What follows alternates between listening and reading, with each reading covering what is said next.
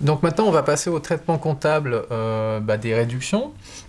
Les réductions, elles sont de deux natures, hein. Vous avez les réductions financières et les réductions commerciales. Donc réduction financière, c'est tout ce qui est escompte ou avoir. Et réduction commerciale, c'est tout ce qui est autour des réductions un petit peu promotionnelles, donc soit pour un client fidèle ou pour une opération donc, commerciale.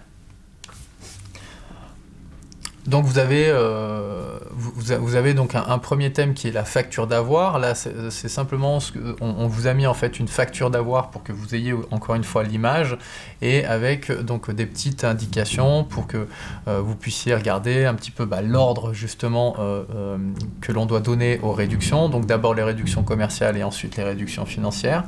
Et donc ça, c'est quelque chose que vous reverrez sur la facture d'avoir. Donc ça, vous pouvez tout de même un petit peu regarder pour voir à quoi ressemble une facture d'avoir. Alors, au niveau donc, de l'enregistrement comptable de la facture d'avoir, on vous a donné encore une fois un petit exemple, donc avec la facture d'avoir. Avec toutes les conditions qu'il y a autour donc, de cette facture. Et maintenant, on va simplement donc, regarder l'enregistrement comptable de la facture d'avoir. Donc, dans un premier temps, ce que l'on doit faire, c'est que comme on a un avoir à donner à notre client, on va devoir en fait annuler des ventes. Donc, ce que je vais faire, c'est que je vais venir débiter mon compte de vente. Et là, en l'occurrence, c'était une vente de marchandises. Donc, je vais venir débiter mon compte de vente de marchandises. Donc, le montant est de 900 € ici. Et je vais venir aussi débiter mon compte de TVA collecté. Alors, ces deux comptes-là que je débite, je les avais précédemment crédités parce que j'avais enregistré une vente auparavant. Et maintenant, je viens annuler cette vente. Donc, c'est normal que je dois faire l'enregistrement comptable inverse. Donc, je viens débiter... D'ailleurs, c'est les seules fois où on va venir débiter des comptes de produits. C'est lorsqu'on va devoir en fait rendre de l'argent à des clients pour annulation de vente ou pour facture d'avoir. Donc je viens annuler mon compte de produit, comme je disais, de 900 € et je viens également annuler mon compte de TVA collecté, puisque j'avais collecté de la TVA sur cette vente, mais elle n'a plus lieu d'être, cette TVA collectée, parce que la vente s'annule, et donc la TVA s'annule aussi. Donc je viens débiter mon compte de TVA collecté du montant de 171 €. Ensuite, ce que je dois faire de l'autre côté, au niveau du crédit, c'est que je vais venir créditer mon compte client parce que je lui dois de l'argent et c'est plus lui qui m'en doit. Donc je viens pas débiter, mais je viens créditer de l'argent parce que je lui dois. Et surtout pour annuler en fait le débit que j'avais déjà enregistré auparavant. Donc en fait, c'est simplement une écriture d'annulation.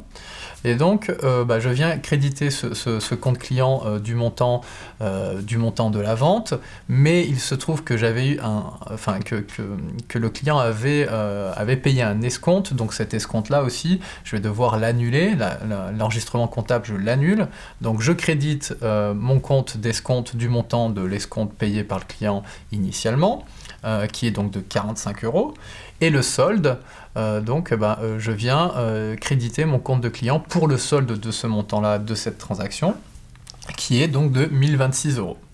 Maintenant, donc, on va regarder l'enregistrement pour un escompte. Donc c'est un avoir en fait pour réduction financière, un avoir pour escompte. Là simplement ce que je vais faire c'est que je vais enregistrer autant chez le fournisseur que chez le client, donc cet escompte là, comment je l'enregistre. Pour le fournisseur, ce que l'on va faire pour le fournisseur, donc ce que l'on va faire, c'est que le montant de cet escompte, il est de 15 € hors taxe. Donc il y a forcément 20% de TVA, donc ça nous fait 3 € de TVA. Donc ce que je vais faire, c'est que je vais venir débiter mon compte d'escompte accordé au client. Donc ça, c'est un compte de charge. Je viens donc le débiter. Et je viens donc débiter effectivement mon compte de TVA collecté. En contrepartie, donc au niveau du crédit, je vais venir créditer mon compte de client tout simplement parce que c'est de l'argent qu'il m'a déjà donné, donc je vais pas cette fois-ci le débiter, je vais venir donc le créditer parce que c'est de l'argent qui ne me doit plus. et donc ça fait la somme de 18 €, 15 € d'escompte et 3 € de TVA. Chez le client, c'est exactement la même chose, mais de manière, de manière opposée. Donc je vais venir débiter mon compte fournisseur et je vais venir créditer l'escompte obtenu de 15 € et la TVA déductible liée à cet escompte de 3 €. Donc ça, je crédite les 15 et 3 €. Alors maintenant, ce que l'on va regarder, c'est l'avoir pour réduction commerciale et non pas réduction financière. Donc réduction commerciale, c'est tout ce qui est lié donc, à des remises, des rabais, et d'ailleurs, on appelle ces comptes RRR. Donc les comptes 3R qui font référence simplement en fait à des acomptes, donc à des avoirs au niveau des réductions commerciales. Donc là, pour notre premier exemple, il s'agit en fait d'enregistrer un rabais de 500 €. 500 € hors taxe, hein, encore une fois. Ce qu'il va falloir faire, c'est, je vais devoir donc débiter mon compte de produit, en fait, hein, qui est tout simplement un avoir donc, pour réduction commerciale. Et ça va, donc je viens débiter ce compte de produit-là.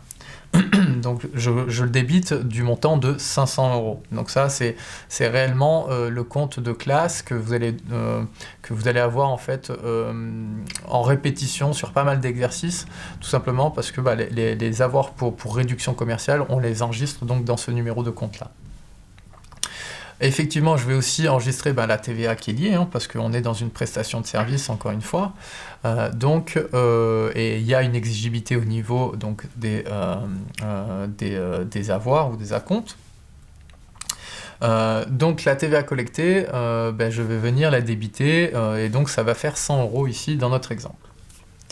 De l'autre côté, je crédite mon compte client, hein, tout simplement parce qu'il me doit plus d'argent, et donc je viens créditer son compte pour que, effectivement, il y ait une annulation de dette de lui envers nous.